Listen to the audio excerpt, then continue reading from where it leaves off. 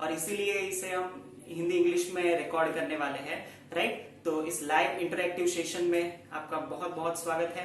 Start करते हैं lecture. उससे पहले थोड़ी आपके लिए जो जरूरी बात है वो ये कि ये जो आजकल की सिचुएशन बन रही है बच्चों, बहुत ही ज्यादा डेंजरस बनती जा रही है। तो प्लीज सारे जो गवर्नमेंट गाइडलाइंस है उसे फॉलो करिए, राइट। गर्म पानी पिए, मास्क का यूज करिए, बाहर मत जाइए, राइट। तो ये सब कुछ ध्यान रखना है आपको और स्टडी भी करना है, ओके।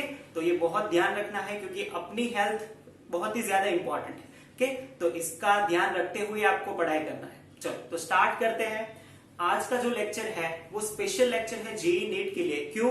क्योंकि हमारे में जो टेक्स्ट बुक में हमने पढ़ा, राइट, इलेक्ट्रोलिटिक सेल, इसके आगे के जो लेक्चर हमने प्रिपेयर किए हैं, राइट, आई होप आप सभी ने उसे अटेंड किया होगा, और नहीं भी अटेंड किया है तो भी उसकी जो इंपॉर्टेंट बात है वो मैं आपको बता देता हूँ, राइट। तो ये इंपॉर्टेंट होने वाला है क्योंकि ये जो बात आज हम डिस्कस करने वाले हैं वो टेक्स्ट बुक में नहीं है, राइट, और बहुत ही इंपॉर्टेंट है हमारे लिए। तो क्या एक्चुअली हम पढ़ चुके हैं और क्या पढ़ने वाले हैं थोड़ा सा देख लेते हैं। तो हम analysis of the electrolytic cell देख रहे हैं, राइट। एनालिसिस में ऑलरेडी एक एनालिसिस हमने देख लिया है, राइट, जो क्या था, तो जिसमें हमने फैराडेस लॉ देखा था और उसी को हमने बोला था दी क्वांटिटिव एनालिसिस। क्वांटिटिव एनालिसिस मतलब उसमें से कितना प्रोडक्ट मिलेगा, राइट। तो दो एनालिसिस हो सकते हैं। दो एनालिसिस कौन कौन से थे वो लिस्ट कर देते हैं। तो पहला एनालिसिस है वो है क्वालिटिव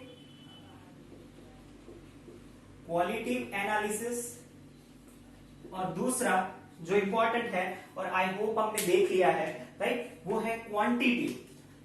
अब इसको कैसे समझ सकते हैं? तो इसको ऐसे समझ सकते हैं, पहले लिख लेते हैं, क्वांटिटिव एनालिसिस, फाइन। अब इसको ऐसे समझ सकते हैं आप कि ये कैसे पता चलेगा कि क्वांटिटिव एंड क्वालिटिव एनालिसिस क्या करता है। तो आप जस्ट इसको क्वेश्चन पूछे कि जो इलेक्ट्रोलिटिक सेल है उसमें हमें अब पता है कि जो प्रोडक्ट मिलता है, चलो तो ऑलरेडी हमने बहुत बार बता दिया है कि प्रोडक्ट कहां पर मिलता है, राइट। जो आपने बेसिक वाला जो लेक्चर है, first lecture of the electrolytic cell, वो आपने अटेंड किया है, तो उसमें हमने बताया होगा कि प्रोडक्ट कौन से साइड पर मिलता है। कौन से साइड पर मतलब हमारे पास दो इलेक्ट्रोड है, राइट, तो एनोड है एंड कैथोड है। तो राइट डाउन आपको बताना है कि कहां पर प्रोडक्ट मिलता है, राइट, प्रोडक्ट मिलता है या फिर कहां पर वो रिजल्टिंग प्रोडक्ट बनेगा।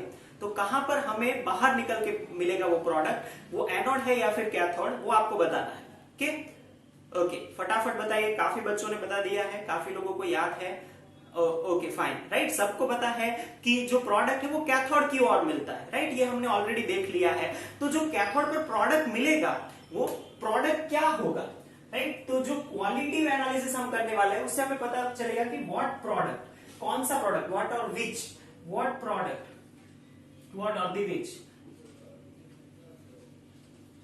राइट, कौन सा प्रोडक्ट मिलने वाला है, ये हमें क्वालिटिव एनालिसिस से पता चलेगा कि उसकी क्वालिटी क्या है। अब इसमें हम क्या देखने वाले हैं, आज का जो लेक्चर है स्पेशली इस पर है कि जो प्रोडक्ट बनेगा कैसे पता चलेगा कि वो कौन सा है, मतलब कि एनोड पर क्या मिलेगा, कैथोड पर क्या मिलेगा, वो किस पे डिपेंड करता है, राइट, क्या प्रोडक्ट मिलेगा, राइट। तो ऐसा क्वेश्चन जेईई नीट में भी आता है, राइट, आपके एक्सरसाइज में भी है, तो वो हमें देखना है, वो पूरा हम क्वालिटिव एनालिसिस में देखेंगे।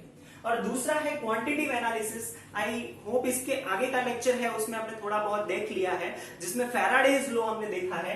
तो इससे क्या पता चलता है? तो इससे पता चलता है कि हाउ मच प्रोडक्ट,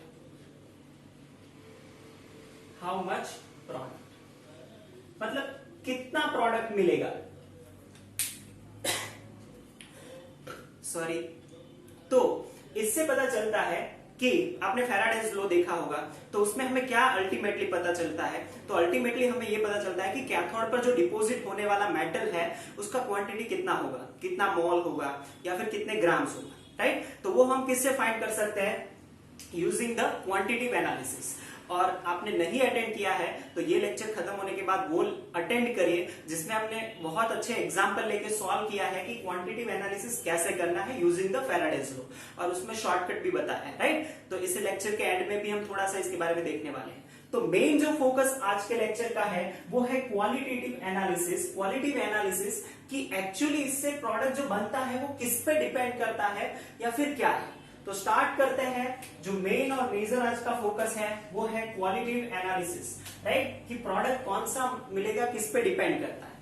ओके, तो अब आप सबको जो इलेक्ट्रोलिटिक सेल है वो तो याद है, राइट। इलेक्ट्रोलिटिक सेल में ये डिफरेंस होता है कि वो एक ही जो उसके अंदर होता है, एक ही पात्र के अंदर होता है, राइट। एक ही पात्र के अंदर एनोड कैथोड दोनों ही होते हैं और उसी के अंदर हमने क्या भरा होता है, इलेक्ट्रोलाइट का सोल्यूशन भरा होता है, राइट। ये सबको सेटअप पता है। अब किस पे डिपेंड कर सकता है, तो दो चीजों पे ही डिपेंड करेगा, राइट। या तो इलेक्ट्रोड पे या तो इलेक्ट्रोलिटिक जो सॉल्यूशन भरा है उस पे, राइट। तो दो चीजों पर प्रोडक्ट डिपेंड करता है। किस पे डिपेंड करता है, दो चीजों पर हम लिख देते हैं, राइट। वो कौन सा प्रोडक्ट मिलेगा वो किस पे डिपेंड करता है, डिपेंड्स ऑन। तो हम लिखते हैं डिपेंड्स ऑन। किस पे डिपेंड करने वाला है, दो ही चीजों पर डिपेंड कर सकता है। पहला जो है खुद इलेक्ट्रोड, इलेक्ट्रोड मतलब जो हमने सॉल्यूशन में डीप किया है, राइट। तो पहला खुद हो गया इलेक्ट्रोड, और दूसरा जो सेकंड मोस्ट इंपॉर्टेंट है वो है इलेक्ट्रोलाइट का सॉल्यूशन। अब इलेक्ट्रोलाइट क्या है वो आपको अच्छे से पता है कि इलेक्ट्रोलाइट मींस जो आयन में कन्वर्ट हो सके, राइट। लाइक NaCl का सॉल्यूशन हो गया, कॉपर सल्फेट का सॉल्यूशन हो गया, लाइकवाइज, राइट। तो जो इलेक्ट्रोलाइट का सॉल्यूशन है वो, उसको आप डायरेक्ट सॉल्यूशन भी लिख सकते हैं। हम जनरली इलेक्ट्रोलाइट का सॉल्यूशन लिखते हैं तो हम लिखेंगे solution of electrolyte, fine, electrolyte. अब इन दो चीजों पर प्रोडक्ट डिपेंड करेगा, क्या प्रोडक्ट मिलेगा ये दो चीजों पर डिपेंड करेगा। फर्दर इसके आगे ये भी हो सकता है कि जो ये इलेक्ट्रोड है कैसे डिपेंड करेगा, तो कि इलेक्ट्रोड है वो दो तरीके के हो सकते हैं। इलेक्ट्रोड या तो इलेक्ट्रोड हो सकता है इनर्ट इलेक्ट्रोड, राइट। इनर्ट का मतलब क्या है कि वो पार्टिसिपेट नहीं करेगा, राइट। जो भी है जो पार्टिसिपेट नहीं करता है वो इनर्ट इलेक्ट्रोड है। तो इलेक्ट्रोड कैन बी इनर्ट और it can be active. Inert electrode का मतलब यह है कि वो रिएक्शन पे कहीं भी पार्टिसिपेट नहीं करेगा, रिएक्शन होने के लिए अपनी सरफेस प्रोवाइड करता है। इनर्ट इलेक्ट्रोड का मतलब है जो रिएक्शन में पार्टिसिपेट नहीं करता बट अपनी सरफेस प्रोवाइड करता है टू रिएक्शन हैपन, है रिएक्शन हो सके उसके लिए, फाइन। चलो, तो जो इनर्ट इलेक्ट्रोड है, कैसे इनर्ट इलेक्ट्रोड है हमें पता है, लाइक कि ग्रेफाइट, पहला तो एक बहुत ही अच्छा एग्जांपल है ग्रेफाइट का, right. Graphite electrode, platinum electrode, ये सारे आपको पता होने चाहिए कि ये कौन से हैं, प्लेटिनम या फिर ग्रेफाइट। ये कैसे इलेक्ट्रोड है, इनर्ट इलेक्ट्रोड है।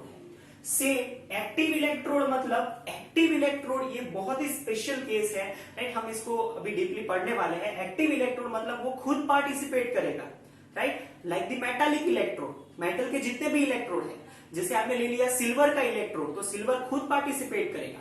कॉपर का इलेक्ट्रोड तो कॉपर खुद पार्टिसिपेट करेगा। जिंक का इलेक्ट्रोड, इन शॉर्ट जितने मेटालिक इलेक्ट्रोड है वो सारे इसमें आ जाएंगे, राइट। मेटालिक इलेक्ट्रोड तो एक्टिव इलेक्ट्रोड मतलब जो खुद पार्टिसिपेट करता है वो, राइट। और वो जनरली क्या होते हैं, मेटालिक इलेक्ट्रोड होते हैं, मेटालिक इलेक्ट्रोड, फाइन। तो ये इलेक्ट्रोड्स हो गए, इस पे डिपेंड करेगा, राइट। अब इनर्ट इलेक्ट्रोड है तो कैसा प्रोडक्ट मिलना चाहिए, एक्टिव इलेक्ट्रोड है तो कैसा प्रोडक्ट मिलना चाहिए, वो एक एक एग्जांपल लेके हम देखने वाले हैं। बट इसके साथ इलेक्ट्रोड के साथ सॉल्यूशन भी तो भरा होगा, राइट। तो सॉल्यूशन के भी क्या कैसे ले सकते हैं सॉल्यूशन, तो सॉल्यूशन भी हम जो ले सकते हैं वो इतने टाइप के हो सकते हैं। कैसे, तो कि सॉल्यूशन पहला जो है कि सॉल्यूशन तो पहला हो सकता है कि आपने लेट सपोज NaCl लेना है, तो NaCl को मैंने मॉल्टन स्टेट में लिया। मॉल्टन मतलब उसे पिघला दिया NaCl को, राइट। मॉल्टन का मतलब उसमें वाटर नहीं है, राइट। उसी को मैंने गर्म करके पिघला दिया, फाइन। तो NaCl का मॉल्टन स्टेट तो पहला तो एक हो गया कि जो सॉल्यूशन है एक्चुअली सॉल्यूशन नहीं है, राइट। वो इलेक्ट्रोलाइट ही है।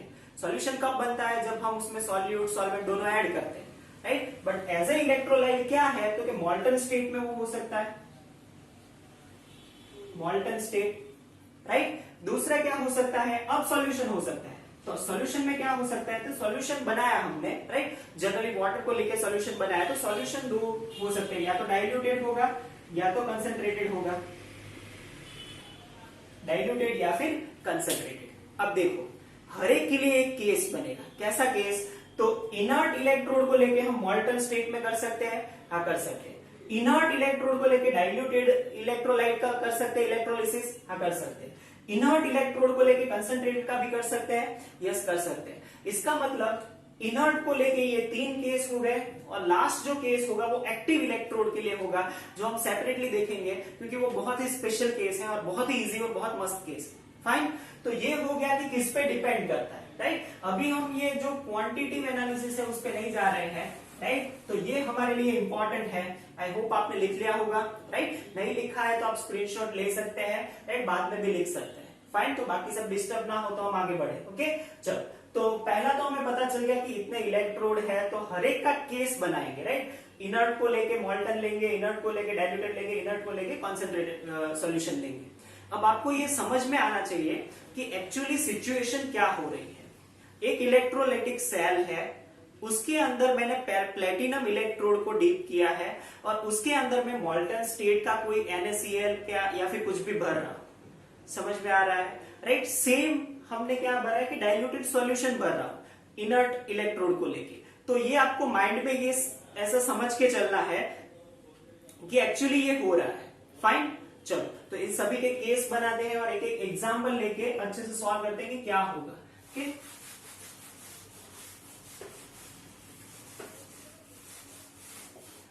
तो इलेक्ट्रोड के बेसिस पे यहां पर हम लिखेंगे इलेक्ट्रोड,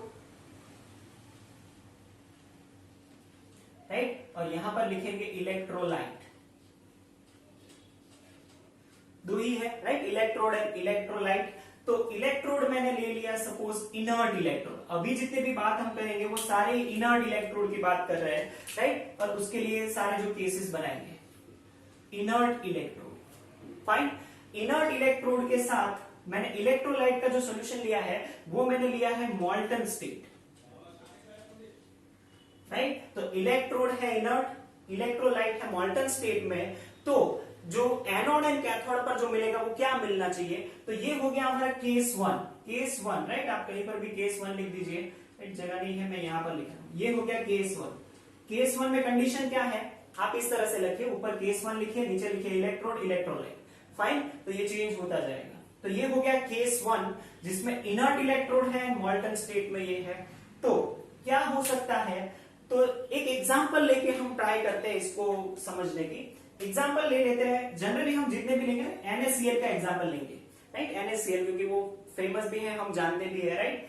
तो NaCl का मॉल्टन जो है इलेक्ट्रोलाइट, उसको हम प्लेटिनम इलेक्ट्रोड से इलेक्ट्रोलिसिस करवा रहे हैं। फाइन, तो मॉल्टन NaCl एंड प्लेटिनम इलेक्ट्रोड, तो होगा क्या कैथोड एंड एनोड पर, उसका हमें देखना है। अब ये एक अच्छे से आप समझेंगे, राइट, तो पूरा कोई भी आपको ऐसा दिया है एग्जांपल आप सॉल्व कर सकते हैं, बहुत ही इजी है। देखना आपको ये है कि एक्चुअली आप इलेक्ट्रोलिटिक सेल में एनोड एंड कैथोड की जो रिएक्शन है वो याद करिए। एनोड एंड कैथोड में जो रिएक्शन होती थी वो किस तरह से होती थी, उसमें जो भी पार्टिसिपेशन हो रहा था कैथोड के साइड पे, वो कौन कर रहा था, वो एग्जैक्टली आयंस कर रहे थे, राइट। जो भी आयन है वो पार्टिसिपेट करेंगे, राइट, और वो आयन कन्वर्ट हो रहे थे, ऐसा आपने देखा होगा, राइट। जब भी आप देखते हैं कि इलेक्ट्रोलिटिक सेल है उसमें एनोड कैथोड में देखेंगे तो आयंस पार्टिसिपेट करते हैं। तो आपको सबसे पहला काम ये करना है कि पहले लिख देना है एनोड, फिर लिख देना है कैथोड। अब आपको सोचना है क्या, बहुत ही अच्छे तरीके से इजीली आपको ये तो आपको पता ही है, एनोड पर ऑलवेज क्या होता है, राइट। एनोड पर क्या होता है, ओके, ऑक्सीडेशन। काफी बच्चों ने बताया ऑक्सीडेशन ऑलवेज, एनोड पर क्या होना है, ऑक्सीडेशन होना है। तो एनोड पर करना है हमें ऑक्सीडेशन। कैथोड पर क्या होना है, तो ये तो पता है कि ये होगा रिडक्शन।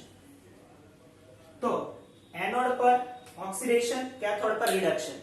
अब आपको ये सोचना है कि मॉल्टन NaCl है प्लेटिनम इलेक्ट्रोड, इनर्ट का मतलब है प्लेटिनम तो पार्टिसिपेट करेगा नहीं। फाइन, चलो, तो कौन कौन से आयन बन सकते हैं, राइट। मॉल्टन NaCl है, कोई और तो कोई है नहीं, राइट, केवल अकेला NaCl है, तो उसमें से कौन सा बन सकता है, तो उसमें से Na+ एंड Cl- बन सकता है, राइट। इसमें से जो आयंस बनेंगे वो आयंस कौन कौन से होंगे पता लगाओ, Na+ एंड Cl-, राइट। अब आपको अच्छे से ये सोचना है कि किसका ऑक्सीडेशन हो सकता है, किसका रिडक्शन हो सकता है, ध्यान से सोचना है, राइट। एक पहला एग्जांपल है, सेपरेटली अच्छे से बताएं, Na+NCl-। किसका ऑक्सीडेशन पॉसिबल है और किसका रिडक्शन पॉसिबल है, ये आपको सोचना है। रिडक्शन मतलब कि उसे एक इलेक्ट्रॉन लेना है कहीं से, ऑक्सीडेशन मतलब एक इलेक्ट्रॉन रिमूव करना है, राइट। चलो यहां पर Na+ सोचे तो प्लस जो पार्टिकल है, आयन है, उसका तो ऑलरेडी एक इलेक्ट्रॉन जा चुका है। क्या दूसरा वो इलेक्ट्रॉन रिलीज कर सकता है कहीं से भी? नहीं। क्यों नहीं कर सकता? तो अब ये आपको अब पता होना चाहिए कि अब इसकी जो इलेक्ट्रॉन कॉन्फ़िगरेशन है, इसकी इलेक्ट्रॉन कॉन्फ़िगरेशन जो है वो इनर्ट गैस जैसी बन चुकी है, राइट। अब कोई भी इलेक्ट्रॉन ये रिलीज नहीं करेगा। हाँ, वो वापिस अपने जो स्टेट था Na+ है, तो वो सोडियम जो पहले जो स्टेट था सॉलिड, उसमें आ सकता है। कैसे? कि सपोज इसमें एक इलेक्ट्रॉन है, वो गेन कर लिया, तो वो अपना जो ओरिजिनल स्टेट था सोडियम सॉलिड, उसमें आ सकता है। हाँ, सेम यहां पर इसमें किसी का एक का इलेक्ट्रॉन जुड़ा है, राइट। क्लोरीन ने कहीं से इलेक्ट्रॉन धापा है, तो ये अपना इलेक्ट्रॉन रिमूव कर सकता है, राइट। इसका मतलब आप यहां से इलेक्ट्रॉन रिमूव नहीं कर सकते, यहां से कर सकते हैं। तो इसका मतलब क्लोरीन का होगा ऑक्सीडेशन, तो ये बन जाएगा half of the chlorine gas and एक इलेक्ट्रॉन रिमूव कर देगा। तो आपको एज सिंपल, आप कहीं पर भी बुक में कॉर्नर में लिख रखिए, ऑलवेज इसके लिए इलेक्ट्रोलिटिक सेल में जो भी पॉजिटिव आयंस बनेंगे, उसका ऑलवेज होगा रिडक्शन। पॉजिटिव आयंस जो होंगे उसका क्या होगा? रिडक्शन। ये लिखना है, राइट। बुक में कॉर्नर में कहीं पर भी लिख लीजिए। और नेगेटिव आयंस जो भी होंगे उसका क्या करना है? ऑक्सीडेशन। नेगेटिव आयन का क्या करना है? ऑक्सीडेशन। ये ऑलवेज आपको ये याद रखना है, राइट। कैसे होता है वो मैंने आपको एग्जांपल लेके बता दिया, अब आपको ये याद रखना है। फाइन, चलो तो देखते हैं कि किसका ऑक्सीडेशन किसका रिडक्शन हो सकता है। पॉजिटिव का रिडक्शन मतलब सोडियम का रिडक्शन, तो सोडियम आयन कहां पर जाना चाहिए? रिडक्शन वाले कैथोड पे। समझ में आया क्यों कैथोड पे आया वो? क्योंकि कैथोड पर रिडक्शन हो रहा है, तो यहां पर पहुंचा Na+, एनोड पर पहुंचा Cl-। अब यहां पर कोई कॉम्पिटिशन ही नहीं है, राइट। एनोड पर अकेला क्लोरीन आया है, कैथोड पर अकेला सोडियम आया है। लाइक आपने जो म्यूजिकल चेयर खेलते हैं ना, तो 3 चेयर पड़ी होती है, 4 लोग भाग रहे हैं, उसकी जगह सोचो कि 2 चेयर पड़ी और 2 लोग भाग रहे हैं, तो दोनों को ही बैठना ही है ना, कोई एलिमिनेट नहीं होगा। समझ में आ रहा है? लाइकवाइज यहां पर एनोड की और कैथोड की एक एक चेयर खाली थी, राइट। दोनों ही एक एक चेयर पर बैठ गए। कौन बैठा, कैसे बैठा, वो यहां से हमें पता चल गया। तो क्या होगा? तो क्लोरीन क्या करेगा? तो क्लोरीन तो भाई एक इलेक्ट्रॉन रिमूव करेगा और half of the Cl2 gas में जो है वो कन्वर्ट हो जाएगा। एक इलेक्ट्रॉन जो रिमूव हुआ है वो सोडियम ले लेगा, राइट, और वो सोडियम सॉलिड में कन्वर्ट हो जाएगा। समझ में आया? इसका मतलब कैथोड पर कौन सा प्रोडक्ट मिलेगा? Sodium solid, right, sodium metal मिलना चाहिए। एनोड पर कौन सा प्रोडक्ट मिलेगा? क्लोरीन मिलना चाहिए। इसका मतलब जब भी आपको ऐसा पूछे कि मोल्टन NaCl का कोई भी इनर्ट इलेक्ट्रोड से हम इलेक्ट्रोलिसिस करवाए तो प्रोडक्ट क्या मिलेगा? तो कि sodium solid at the cathode and the chlorine gas at the anode. कैसे मिला? पता चला, राइट। तो ये पूरा आपको याद रखना है। आप कोई भी पूछ सकते हैं, राइट। यहाँ पर मैं इसको चेंज कर दूं कि ये मोल्टन NaCl था, तो मोल्टन NaCl की जगह पर मैं ऐसा चेंज कर दूं कि यहाँ पर सपोज मोल्टन MgBr होता, MgBr2 होता, या कोई भी होता, राइट। समझ में आ रहा है क्या होगा, राइट। तो इससे आप ऐसे सॉल्व कर सकते हैं। तो यहाँ पर हमें प्रोडक्ट मिल गया, पता चला कैसे मिला, राइट। ये हुआ केस 1। चलो बढ़ते हैं केस 2 की ओर, राइट। केस 2 बहुत ही इंपॉर्टेंट केस 2। अभी भी इलेक्ट्रोड क्या है? तो कि इलेक्ट्रोड है इनर्ट, राइट। इलेक्ट्रोड क्या है? तो कि इलेक्ट्रोड अभी भी है इनर्ट, अभी भी इनर्ट इलेक्ट्रोड की ही बात कर रहे हैं। बट इसमें जो मोल्टन स्टेट था इलेक्ट्रोलाइट का, उसकी जगह पर इलेक्ट्रोलाइट कौन सा यूज कर रहे हैं? तो कि इलेक्ट्रोलाइट यूज कर रहे हैं कंसंट्रेटेड सॉल्यूशन। अब ये जो है बहुत ही इंपॉर्टेंट एग्जांपल है, राइट, क्योंकि इसमें जो है हम EMF सीरीज और वो सारे कंसेप्ट यूज करेंगे जो हमने ऑलरेडी पढ़ रखे हैं, राइट। तो केस 2 हो गया, इलेक्ट्रोड है हमारे पास इनर्ट और इलेक्ट्रोलाइट है कंसंट्रेटेड सॉल्यूशन। फाइन, चलो तो कंसंट्रेटेड सॉल्यूशन अगेन एग्जांपल ले लेते हैं। किसका एग्जांपल लेंगे? भाई NaCl का ही लेंगे। फाइन, चलो NaCl का एग्जांपल ले लेते हैं। तो एग्जांपल है हमारे पास concentrated solution of NaCl,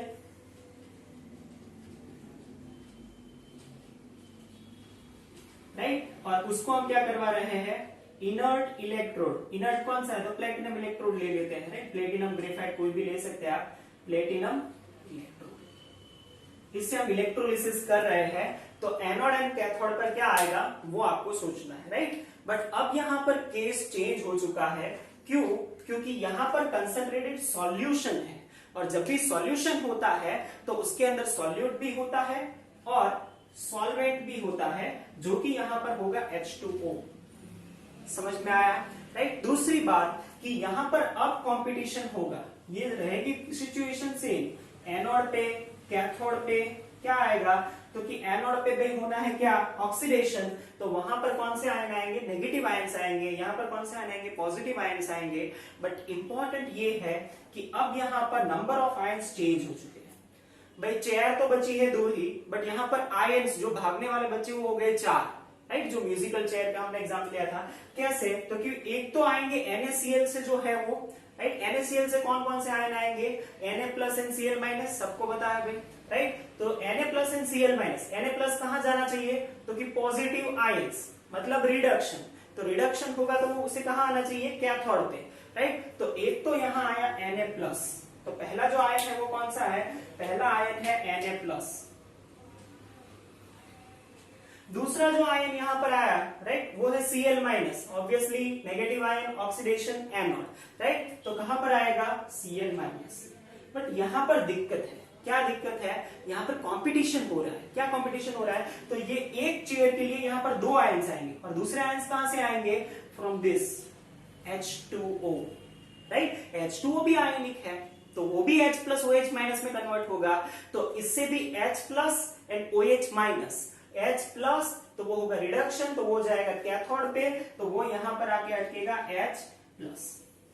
Cl-, right, OH-, तो वो भी माइनस आयन है, उसे होना होगा ऑक्सीडेशन, तो वो आएगा यहां पर एनोड पे।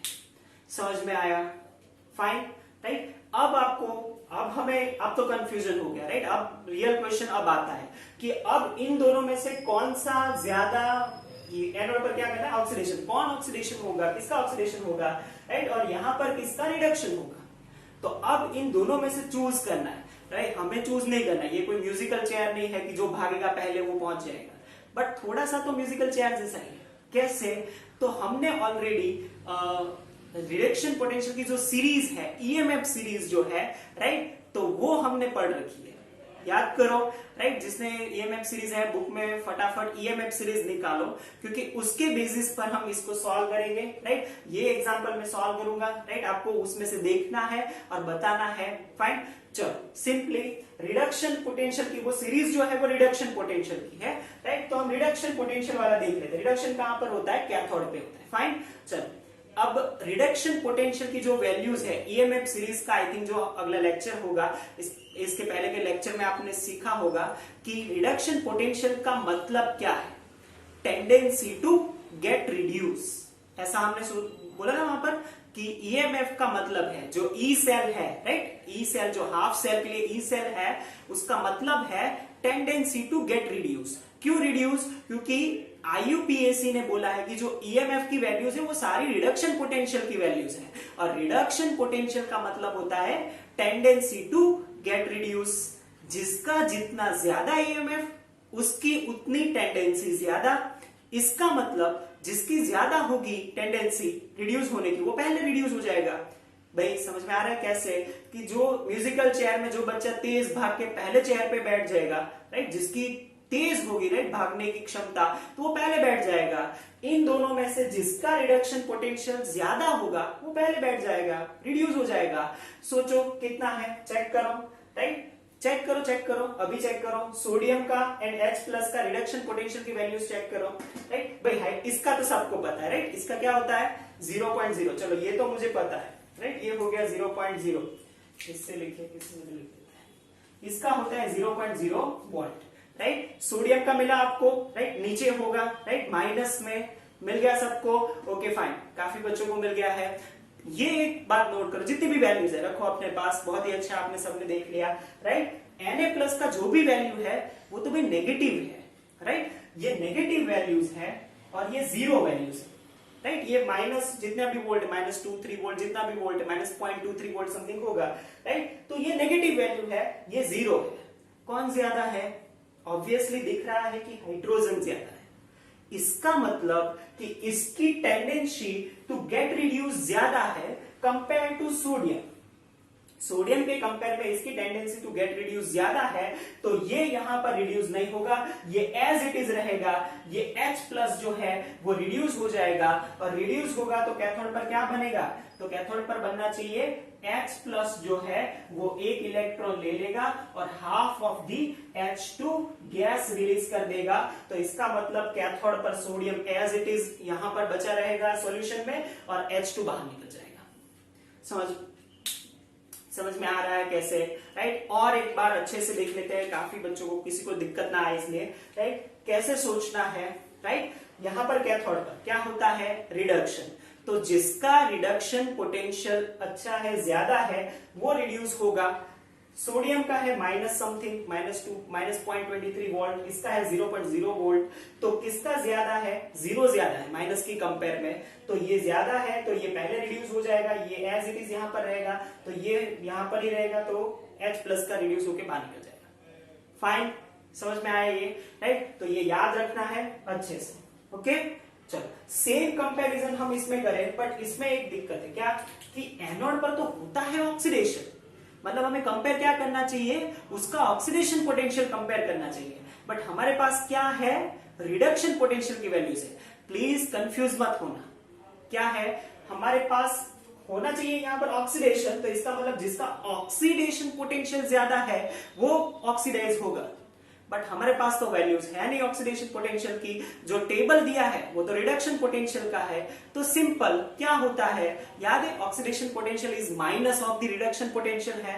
तो सिंपल यहां पर क्या था? जिसका ज्यादा होगा वो हो जाएगा, तो यहां पर जिसका कम होगा वो हो जाएगा, राइट। तो आप चेक करिए, Cl- एंड OH- में जिसका कम होगा, रिडक्शन पोटेंशियल कम होगा, वो ऑक्सीडाइज होगा।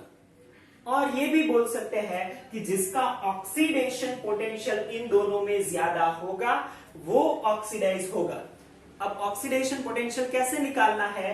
तो आपको Cl- ढूंढना है जो EMF सीरीज में है उसमें, और उसके आगे उसको इन्वर्ट कर देना। -2.3 है तो उसको +2.3 कर देना है, तो वो हो जाएगा उसका ऑक्सीडेशन पोटेंशियल। क्यों ऐसा करना पड़ रहा है? क्योंकि EMF सीरीज में सारे ही किसकी वैल्यूज है? सारे ही रिडक्शन पोटेंशियल की वैल्यूज है। समझ में आया, राइट। तो आप कंपेयर कर लेंगे इन दोनों को भी, राइट। तो इन दोनों को जब आप कंपेयर करेंगे तो Cl- एंड OH- को कंपेयर करने पे हमें पता चला कि Cl- है उसका रिडक्शन पोटेंशियल कम है, तो वो पहले ऑक्सीडाइज होगा। तो यहां पर जो एनोड है वहां पर हमें क्या मिलेगा? तो वहां पर हमें मिलेगा Cl- जो है वो Cl2, half of the Cl2 में कन्वर्ट होगा और इलेक्ट्रॉन रिलीज करेगा। तो ये बहुत ही इंपॉर्टेंट केस है, राइट। और जिसमें क्या हो रहा है, एट द एंड Cl- जा रहा है, H+ जा रहा है, बट एक बहुत ही इंपॉर्टेंट समथिंग बन रहा है। देखो यहां पर हो क्या रहा है, ये दोनों सब कुछ ये है तो सॉल्यूशन में ही ना, है ना, सॉल्यूशन में ही है, राइट। बन रहा है एक्चुअली जो है वो पूरा जो कंटेनर है उसके अंदर एनोड डिप किया है, कैथोड डिप किया है। अब उसी के अंदर Cl- भी है, OH- भी है, Na+ भी है, H+ भी है। अब हो क्या रहा है वो सोचो, Cl- तो निकल जा रहा है in the form of Cl2, H+ भी निकल जा रहा है in the form of H2। बच क्या रहा है? बच रहा है Na+ इन द OH-, और हमें पता है कि इलेक्ट्रोलिटिक जो सेल है वो तो एक ही कंटेनर के अंदर होता है, तो इसका मतलब resulting solution will be NaOH, और NaOH होता है बेस, इसका मतलब इसकी pH होगी कम। कैसे हुआ? ऐसे पता चला कैसे हो रहा है, राइट। तो ये जो है रिजल्टिंग सॉल्यूशन बन रहा होगा NaOH, राइट। तो इस तरह से ये कन्वर्ट होके बन रहा है NaOH। और NaOH की प्रिपरेशन के लिए पहले भी हमने पूछा था कि जो सेल का नाम क्या है, और आप सबने बताया भी था, राइट, कि जिसमें हम NaOH की प्रिपरेशन कर रहे हैं। वापिस एक बार बता दीजिए कि NaOH की प्रिपरेशन के लिए हम कौन सा सेल यूज कर रहे थे, राइट। तो सेल का नाम आपको फिर से लिखना है। तो ये केस था केस 2, जिसमें हम कंसंट्रेटेड सॉल्यूशन का with respect to inert electrode कर रहे हैं। अब हाँ, कई बच्चे पूछ रहे हैं कि तो क्या सर हमें तो ये जो ईएमएफ के वैल्यूज है वो याद होनी चाहिए। देखो, पूरा ईएमएफ की जो वैल्यूज है वो रटने की जरूरत नहीं है, बट बेसिक आपको आइडिया होना चाहिए कि कहां पर क्या हो रहा है। और जनरल जो है वो NaCl को लेके पूछते हैं, तो NaCl को लेके हम ऑलरेडी सॉल्व कर रहे हैं। फाइन, तो केस 1 हो गया मॉल्टन स्टेट के लिए, केस 2 हो गया कंसंट्रेटेड सॉल्यूशन के लिए, केस 3 देख रहे हैं, राइट। ये अभी भी इनर्ट के लिए ही बात कर रहे हैं। फाइन, तो किसके लिए बात कर रहे हैं? इनर्ट के लिए ही बात कर रहे हैं, एक्टिव के लिए अभी भी कोई बात आई नहीं, याद रहेगा। फाइन, चलो, तो यहां तक किसी को कोई दिक्कत? के फटाफट ये जो इतना है हम कवर अप करते हैं। नेक्स्ट देखते हैं केस 3, सेम इनर्ट के लिए है तो साथ में देख लेंगे। ओके, तो ये भी मैंने बता दिया कि ये जो है रिजल्टिंग सॉल्यूशन बी की पीएच है वो ज्यादा बढ़ेगी। क्यों? क्योंकि NaOH बन रहा है इसलिए। फाइन, तो ऐसे कोई भी एमसीक्यूज है तो वो पूछ सकते हैं, तो ये आपको याद रखना है। फाइन, ओके, चलो, तो कैसे प्रोडक्ट मिलता है, किससे प्रोडक्ट बनता है वो पता चल रहा है, राइट। कैसे बनता है? तो ये आयंस की वजह से बनता है और उसमें भी ईएमएफ सीरीज को देख के बनता है, राइट, ऐसे नहीं बनता। चलो, तो ये बात हो गई इनर्ट इलेक्ट्रोड के लिए। 2 केस हमने देख लिए। चलो लास्ट एक इनर्ट के लिए केस देखते हैं, फिर एक्टिव का देखेंगे। ठीक, आई थिंक यहां तक किसी को कोई दिक्कत? फाइन, चलो, ओके, फाइन, ओके, चलो, तो आगे बात करते हैं केस 3। केस 3 भी इनर्ट के लिए भी है, तो इनर्ट के लिए 3 केस देख रहे हैं, मॉल्टन, कंसंट्रेटेड एंड डाइल्यूटेड। डाइल्यूटेड वाला बाकी है ना, तो डाइल्यूटेड वाला देखेंगे। तो डाइल्यूटेड देख रहे हैं केस 3, केस 3। केस 3 में भी यहां पर लिख देते हैं इलेक्ट्रोड, यहां पर लिख देते हैं इलेक्ट्रोलाइट, राइट। तो केस 3 में इलेक्ट्रोड तो क्या है भाई, अभी भी इलेक्ट्रोड तो है इनर्ट। इनर्ट मतलब वो खुद कहीं भी पार्टिसिपेट, वो खुद कहीं पर पार्ट लेने जाएगा नहीं, राइट। इलेक्ट्रोलाइट कौन सा है? तो के सॉल्यूशन है, solution of the electrolyte, but कैसा solution? Diluted solution. Diluted solution का मतलब पता है? डाइल्यूटेड सॉल्यूशन का मतलब ये है कि आपने बहुत बड़ा 1.5 लीटर 2 लीटर जितना पानी ले लिया और उसमें थोड़ा सा नमक डाल दिया, नमक मतलब NaCl, राइट। थोड़ा सा कोई भी इलेक्ट्रोलाइट डाल लिया तो उसको बोलते हैं डाइल्यूटेड। इसका मतलब यहां पर एक इंपॉर्टेंट बात ये होती है कि मैक्सिमम क्वांटिटी किसकी है भाई? ऑब्वियसली H2O की। इसका मतलब जो डाइल्यूटेड सॉल्यूशन है उसमें मैक्सिमम क्या होगा? तो होगा मैक्सिमम H2O एंड दूसरा क्या होगा? जो भी इलेक्ट्रोलाइट है उसकी कंसेंट्रेशन बहुत ज्यादा कम होगी। मैक्सिमम होगा H2O, बाकी जो इलेक्ट्रोलाइट है वो बहुत कम कंसेंट्रेशन में होगा। अब सोचो रिएक्शन कहां पर होता है? बताओ रिएक्शन कहां पर हो रहा है? ऑब्वियसली सॉल्यूशन के अंदर, बट एग्जैक्टली कहां पर? इनर्ट इलेक्ट्रोड है तो वो क्या करता है? मैंने अभी उसमें बताया कि क्या करता है एग्जैक्टली। यस, रिएक्शन होता है on the surface of the electrode. इसका मतलब इलेक्ट्रोड जो हमने डीप किया है, राइट, डायग्राम ड्रॉ कर लेते थोड़ा सा समझने के लिए। सपोज हमारे पास ये ये कंटेनर है, राइट, और इस कंटेनर में हमने क्या किया है? इसके अंदर हमने दोनों इलेक्ट्रोड को डीप किया है, राइट। अब यहां पर पूरा हमने भर दिया है, क्या है जो भी है वो सॉल्यूशन, जो भी मॉल्टन, लिक्विड, H2O, डाइल्यूटेड, जो भी।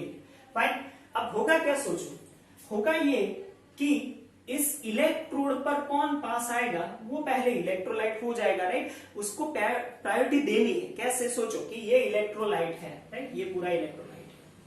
अब प्रायोरिटी कब देना होता? कि जब दोनों इक्वली प्रोपोर्शन में आते हैं, कि जैसे कि यहां पर 10 ions of the H plus आ रहे हैं और same at a time 10 ion of the Na plus आ रहे हैं, तब उसको चूज करना है कि किसको प्रायोरिटी देना। बट यहां पर 20 ions of the H plus आ रहे हैं और एक आयन Na प्लस का आ रहा है। समझ में आ रहा है केस क्या हो रहा है, राइट? इक्वल नहीं है। H2O बहुत ही ज्यादा कंसेंट्रेशन में है, मतलब सारा जितना भी है वो H plus H plus H plus H plus H plus ही होगा, राइट। और एक या दो आयंस ऐसे होंगे कि जो किसके होने चाहिए, 2 आयंस ऐसे होंगे कि जो बाकी का जो है Na प्लस उसके होंगे। सेम कैथोड पर भी ऐसा होगा, जो कैथोड पर ही होगा, एनोड पर भी ऐसा ही होगा, राइट। सारे ही OH minus OH minus OH minus OH minus सारे होंगे, राइट। जो भी बाकी बचा OH माइनस में से तो एक आध दो आयन होंगे जो Cl माइनस के होंगे। इसका मतलब ये हुआ कि ये जो केस है वो थोड़ा चेंज हो गया है। यहां पर जो मैक्सिमम क्वांटिटी में जो आ रहा है, राइट, वो क्या आ रहा है, प्रायोरिटी। हाँ, प्रायोरिटी देखने से वो Cl माइनस को प्रायोरिटी मिलना चाहिए था। Cl माइनस ही क्या होना चाहिए था, ऑक्सीडाइज होना चाहिए था, OH माइनस नहीं होना चाहिए था। बट यहाँ पर मैक्सिमम क्वांटिटी OH माइनस की है और कुछ है ही नहीं, बोल सकते हैं ऐसा, और कुछ है ही नहीं। इसका मतलब ये जो है OH माइनस को प्रायोरिटी देके उसका ही क्या करेगा, ऑक्सीडेशन करेगा। इसका मतलब इस केस के लिए स्पेशल केस है, इनर्ट और डाइल्यूटेड सॉल्यूशन। इसके बाद एक स्टेटमेंट लिखेंगे इसमें, राइट। चलो, तो स्पेशल केस है कि एनोड पर एंड कैथोड पर सिचुएशन क्या है वो लिख देते हैं कि सिचुएशन भाई ऐसी है कि मैक्सिमम जो है ना वो ये आया एनोड पर मैक्सिमम OH माइनस, यहां पर क्या आया तो कि भाई आया maximum H plus, right. Same यहां पर दूसरा क्या आ रहा है तो कि एक आध पार्टिकल आ गया OH माइनस के साथ Cl माइनस का, एक आध पार्टिकल आ गया Na प्लस का। अब यहां पर तो कोई दिक्कत ही नहीं है, H plus and Na plus में से तो किसकी प्रायोरिटी ज्यादा है, तो यहां पर तो ये इजीली क्या करेगा, यहां पर तो H प्लस को वो क्या कर देगा, H plus it takes electron और कन्वर्ट हो जाएगा हाफ ऑफ दी। बट यहां पर अब Cl माइनस की प्रायोरिटी है बट वो है नहीं, राइट। ऐसा सोचो कि जो दो कैंडिडेट है, एक की प्रायोरिटी है और दूसरी की प्रायोरिटी नहीं है, बट एक की प्रायोरिटी जिसकी है वो प्रेजेंट ही नहीं है, वो आ ही नहीं रहा है, तो किसका हो जाएगा, यहां पर OH माइनस ज्यादा है, राइट। तो इसकी प्रायोरिटी होने के बावजूद भी किसका ही होगा, तो यहां पर OH माइनस का ही क्या होना चाहिए, ऑक्सीडेशन होना चाहिए। और जब OH माइनस का ऑक्सीडेशन होगा तो वो किस में कन्वर्ट होगा, तो वो O2 में कन्वर्ट होगा। किस तरह से, तो ये जो OH माइनस है ये इलेक्ट्रॉन रिलीज करके OH में कन्वर्ट होगा, फाइन। ये जो OH है ऐसे OH के मॉलिक्यूल्स कन्वर्ट होंगे H2O में प्लस ऑक्सीजन एटम में, राइट। और ये जो सिंगल ऑक्सीजन एटम है वो सिंगल ऑक्सीजन एटम यहां पर लिखते हैं कन्वर्ट होंगे O2 में, फाइन।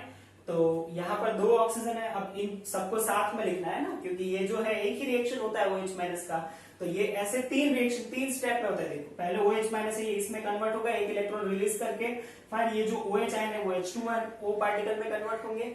अब ये जो ऑक्सीजन एटम है यहाँ पर दो मिलके O2 में कन्वर्ट हो रहे हैं, तो यहाँ पर ये 2 से मल्टीप्लाई करना पड़ेगा हमें सब कुछ, राइट। क्यों 2 से मल्टीप्लाई किया, क्योंकि यहाँ पर 2 ऑक्सीजन चाहिए तभी एक ऑक्सीजन O2 बनेगा, फाइन। यहाँ पर 2 OH मतलब कितने OH हो गए टोटल, 4 OH चाहिए, तो इसको हमें मल्टीप्लाई करना पड़ेगा 4 से। समझ में आया क्या हो रहा है, राइट। तो ये मैंने जो है oxidation reaction of the OH minus लिखा है, तो ये इस 3 स्टेप में होती है, राइट। अल्टीमेट रिजल्ट जो रिएक्शन है आपने टेक्स्ट बुक में भी पढ़ा होगा वो क्या है, तो इन सबको मिला लो, राइट, इन सबको ऐड करो तो क्या होगा, तो यहां पर से जो 4 OH माइनस है, 4 OH माइनस यहां से कैंसिल आउट, राइट। यहां से 2 ऑक्सीजन ये कैंसिल आउट, तो कितना बचा, तो इस साइड पर बच रहा है 4 ऑफ OH माइनस, फाइन।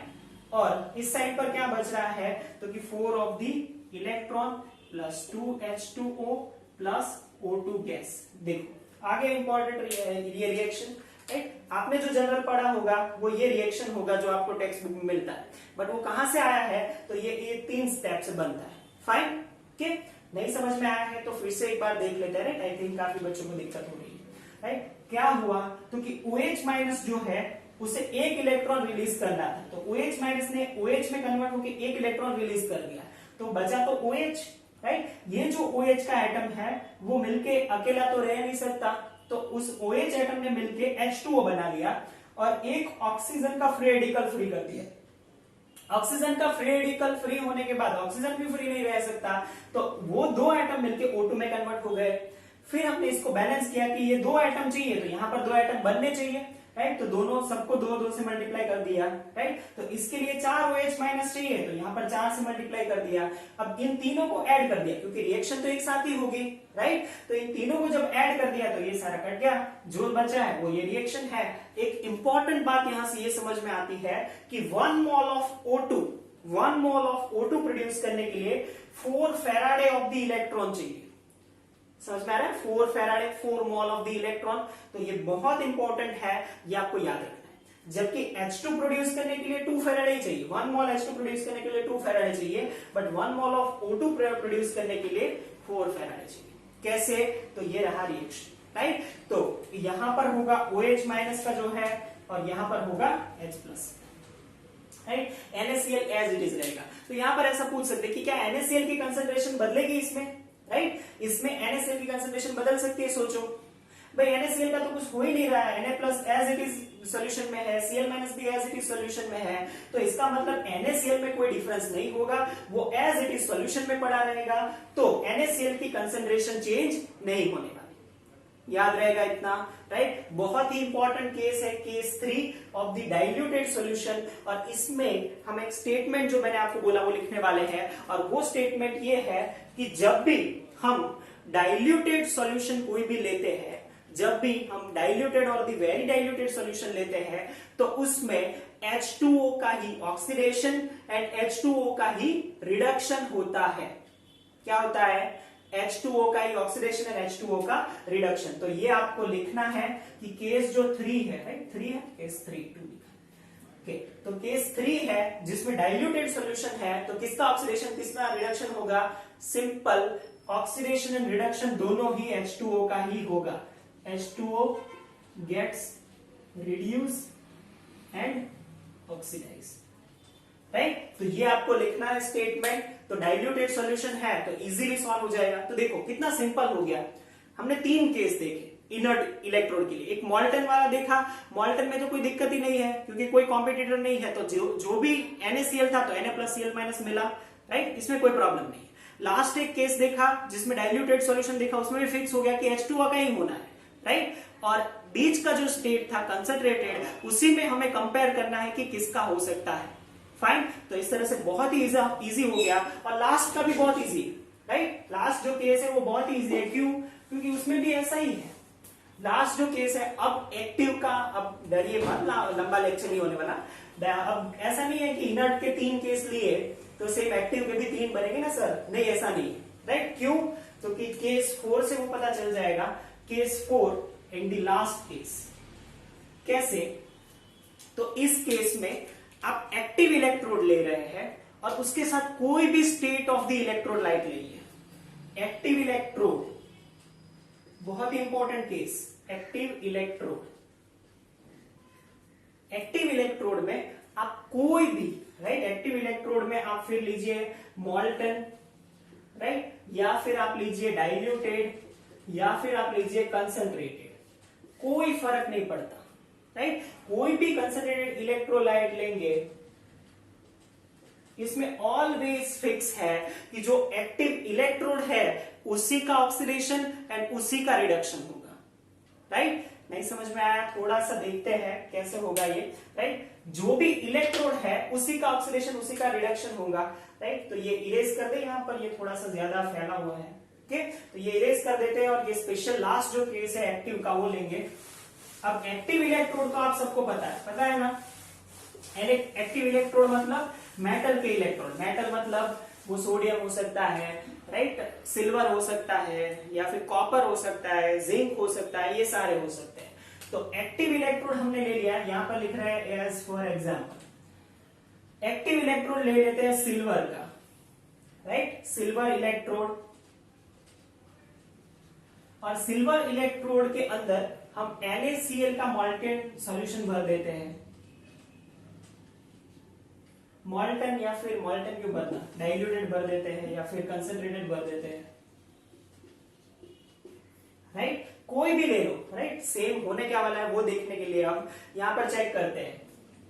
अब होने वाला तो एक्टिव इलेक्ट्रोड का इसी का, राइट। इस केस में भी लास्ट में एक स्टेटमेंट लिखेंगे कि जब भी एक्टिव इलेक्ट्रोड है तो क्या होना चाहिए, इलेक्ट्रोड ही ऑक्सीडाइज होगा, इलेक्ट्रोड ही रिड्यूस होगा। इसमें सिल्वर का ही जो होना है, राइट। NaCl का H2O का कोई लेना देना नहीं है। बट कैसे ये हो रहा है इसके लिए हम देख लेते हैं। चलो चेक करते हैं कि ये हो रहा है एक्चुअली में कि नहीं।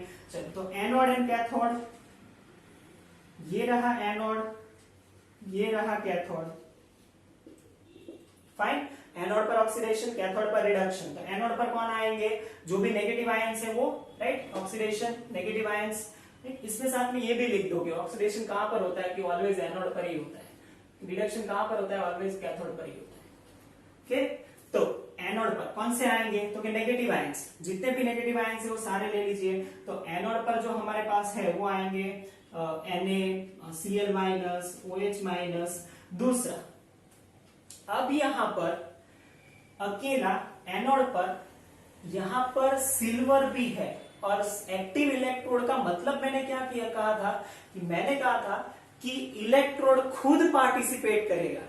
तो इसका मतलब यहां पर साथ में सिल्वर भी आ जाएगा, Ag भी आ जाएगा कि नहीं, मैं भी पार्टिसिपेट करूंगा, राइट। तो कंपटीशन में अब ये तीनों है, और याद करो ये सारे नेगेटिव आयन है, राइट। हमने तो ये बोला था कि जिसका रिडक्शन पोटेंशियल कम होगा वो इजीली ऑक्सीडाइज होगा, राइट। और सिल्वर ये तो मेटल की रेंज में आ जाएगा। तो इन तीनों में आप कंपेयर करेंगे तो सिल्वर ही अकेला ऐसा बचेगा कि जो क्या होगा, खुद ऑक्सीडाइज, खुद रिड्यूस होगा। फाइन, तो चेक करिए, यही होगा जिसका ऑक्सीडेशन होगा यहां पर, राइट। चेक करिए कि इन तीनों में किसका सबसे कम है रिडक्शन पोटेंशियल। सेम यहां पर कैथोड आपको इजीली समझ में आएगा। कैथोड पर भी क्या आएगा? तो कि ये जो है Ag+, यहां पर जो सिल्वर है वो एक इलेक्ट्रॉन रिलीज करके Ag+ एन इलेक्ट्रॉन में कन्वर्ट हुआ होगा, राइट। क्योंकि ये एक्टिव है तो वो खुद पार्टिसिपेट करेगा। तो ये पहला आयन यहां पर पहुंचा होगा Ag+, दूसरा यहां पर पहुंचा होगा Na+, तीसरा पहुंचा होगा H+। चेक करिए सिल्वर के लिए रिडक्शन पोटेंशियल, सिल्वर के लिए रिडक्शन पोटेंशियल ये भी इन सबसे ज्यादा होगा, राइट। क्योंकि सिल्वर का 0.80 है, 0.80 है सिल्वर का। तो इसका मतलब ये 0.80 है, तो ये यहां पर क्या होगा, यहां पर यही सिल्वर ही क्या होगा, रिड्यूस होगा, और वो सिल्वर आपको डिपॉजिट होके एक साइड पे मिलना चाहिए। इसका मतलब क्या हुआ कि यहां पर ये था इलेक्ट्रोलिटिक सेल, इलेक्ट्रोलिटिक सेल में एक साइड पर था सिल्वर का इलेक्ट्रोड, एक साइड पर था दूसरा सिल्वर का इलेक्ट्रोड। क्या हुआ तो कि जो कैथोड बना था, राइट, यहां पर एनोड बना है। तो एनोड में से जो Ag+ आयंस है ये Ag+ आयन में जा रहा है, और ये यहां पर डिपॉजिट हो रहा है, राइट। इसका मतलब यहां से आयंस निकल रहे हैं और वो ट्रैवल करके कैथोड पे जा रहे हैं, वहां पर चिपक रहे हैं। तो एनोड क्या होता जाएगा, एनोड डाइल्यूट होता जाएगा, मतलब कि ये जो है वो पतला होता जाएगा एनोड, कैथोड मोटा होता जाएगा, और ये रिएक्शन होगा, राइट। तो ये Ag+ का यहां पर होना चाहिए रिडक्शन। तो केस 4 लास्ट केस, इसके नीचे एक स्टेटमेंट आपको लिखना है कि जब भी एक्टिव इलेक्ट्रोड है तो always electrode gets reduce and electrode gets oxidise. Electrode का ही क्या होता है, ऑक्सीडेशन एंड रिडक्शन, बाकी कोई रिएक्शन को आपको नहीं देखना है। फाइन, तो सिंपल हो गया।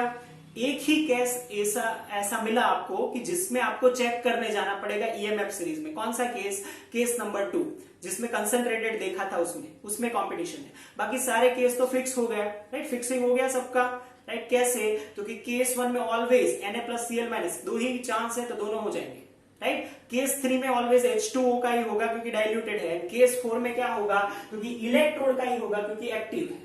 फाइन, तो ये जो भी बात करी हमने वो था qualitative analysis, right. I hope आप सबको समझ में आया होगा कि क्वालिटिव एनालिसिस क्या है, और इसके बेसिस पर अब कोई भी क्वेश्चन है तो इस 4 केसेस के बेस पर आप आंसर कर सकते हैं, राइट। आई होप आप सबको ये पूरा टॉपिक समझ में आया होगा।